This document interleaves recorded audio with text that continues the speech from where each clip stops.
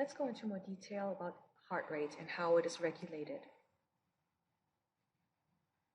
Again, heart rate is the number of times the heart beats per minute, and it is determined by the sympathetic and parasympathetic nervous system. So normally or inherently, our heart beats automatically at 100 beats per minute. Now, if you've ever taken your resting heart rate, you'll probably be below 100 beats per minute, probably around 70 to 75 beats per minute. Now, why is that? That is because of the influence of the parasympathetic nervous system at rest. The parasympathetic nervous system is the part of the autonomic nervous system responsible for the body's rest and digest response.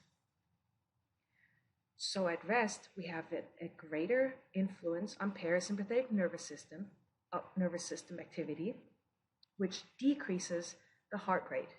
And it does so by inhibiting both the SA and the AV nodes, so that your inherent rhythm of 100 beats per minute is now reduced due to the activity of the parasympathetic nervous system. Changes during acute exercise. With increasing exercise intensity, the influence of the parasympathetic nervous system becomes less and less, so that heart rate slowly increases from that resting of, let's say, 70 beats per minute up to 100 beats per minute, to that normal inherent rhythm of the heart. And that is called parasympathetic withdrawal. Changes with endurance training are that we even see a greater influence at rest, and therefore that is why we see the lower heart rate, resting heart rate in athletes, specifically endurance trained athletes. On the other hand, we have the sympathetic nervous system, which is that part of the autonomic nervous system that is responsible for the body's fight or flight response. And the sympathetic nervous system causes an increase in heart rate by stimulating the SA node and the ventricles. Changes during acute exercise are, first, we have that withdrawal of the parasympathetic nervous system to bring heart rate up to about 100 beats per minute. If we increase the exercise intensity even further, then we see the sympathetic nervous system activity come in even more and increase heart rate above that 100 beats per minute. Sympathetic nervous system doesn't really change with endurance training.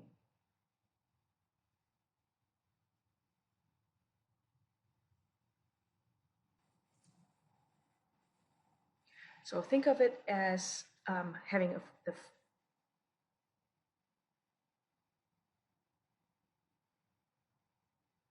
you can think of this as driving a car. When you're stopped at a light, you have your foot on the brake, and that is representative of the parasympathetic nervous system.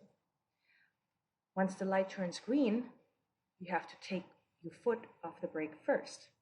So you're withdrawing your foot, that is the withdrawal of the parasympathetic nervous system, and then you take your foot over to the gas pedal and push it down.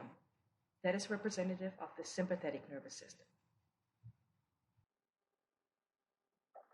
Now we're going to look into preload, afterload, and contractility. And those are the determinants for stroke volume. Again, stroke volume was the volume of blood ejected by the heart with each beat. Starting with preload, that is the end-diastolic volume, or EDV, which is the volume of blood in the ventricles at the end of diastole. Preload is determined by venous return, or the blood that is coming back from the body's veins, filling the heart. During acute exercise, we would see an increase in end-diastolic volume because we have greater blood flow and more blood fills the ventricles. This increased stretch of the ventricles causes the ventricle to contract more forcefully during the next systole. This mechanism is also called the Frank-Starling mechanism. With endurance training, we would see an increase in diastolic volume due to the increased blood volume and left ventricular hypertrophy, so that the ventricles are bigger in the endurance-trained athlete. Why is preload significant? Well, a greater preload causes an increase in stroke volume.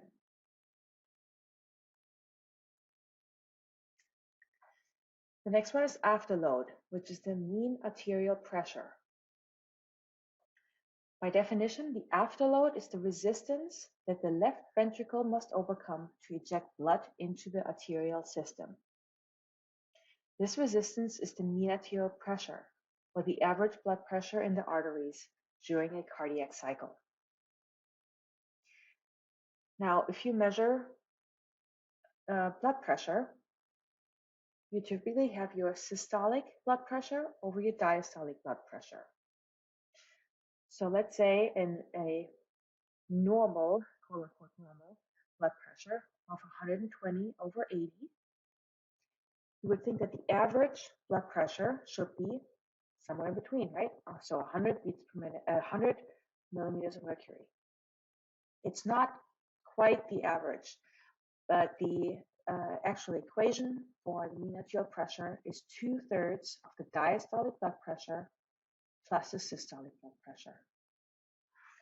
Mean arterial pressure is determined by cardiac output and the total peripheral resistance, so the resistance in the systemic capillaries.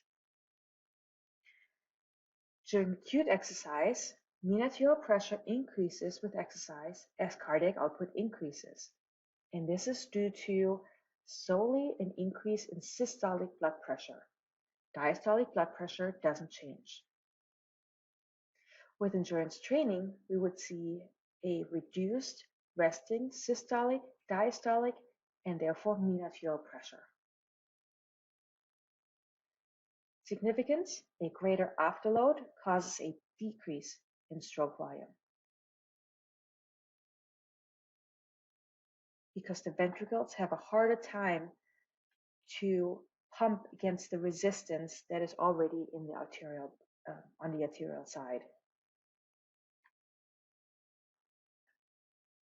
And contractility is the inherent strength of the heart's contraction during systole. It is determined by the nervous system, specifically the autonomic nervous system, and certain hormones. During acute exercise, contractility is increased because exercise increases the sympathetic nervous system activity and adrenaline, and both of those would increase the contraction strength of the heart.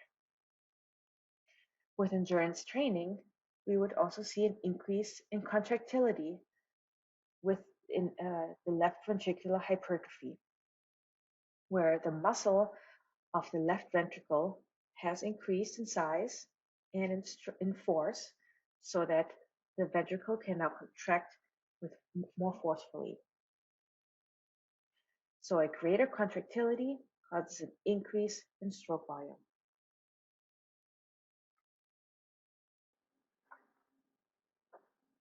So let's put this all together now. We have cardiac output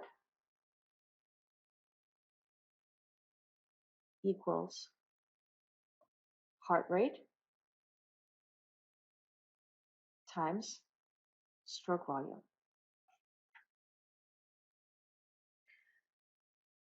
Heart rate was determined by the parasympathetic nervous system and the sympathetic nervous system.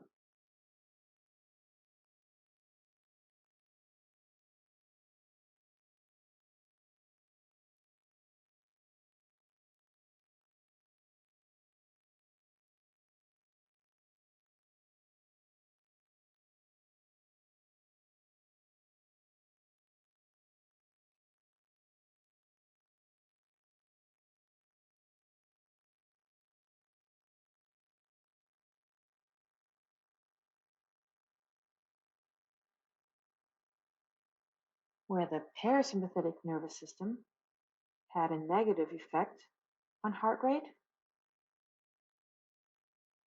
while the sympathetic nervous system had a positive effect on heart rate. Stroke volume is determined by three things: the contractility, the preload, and the afterload.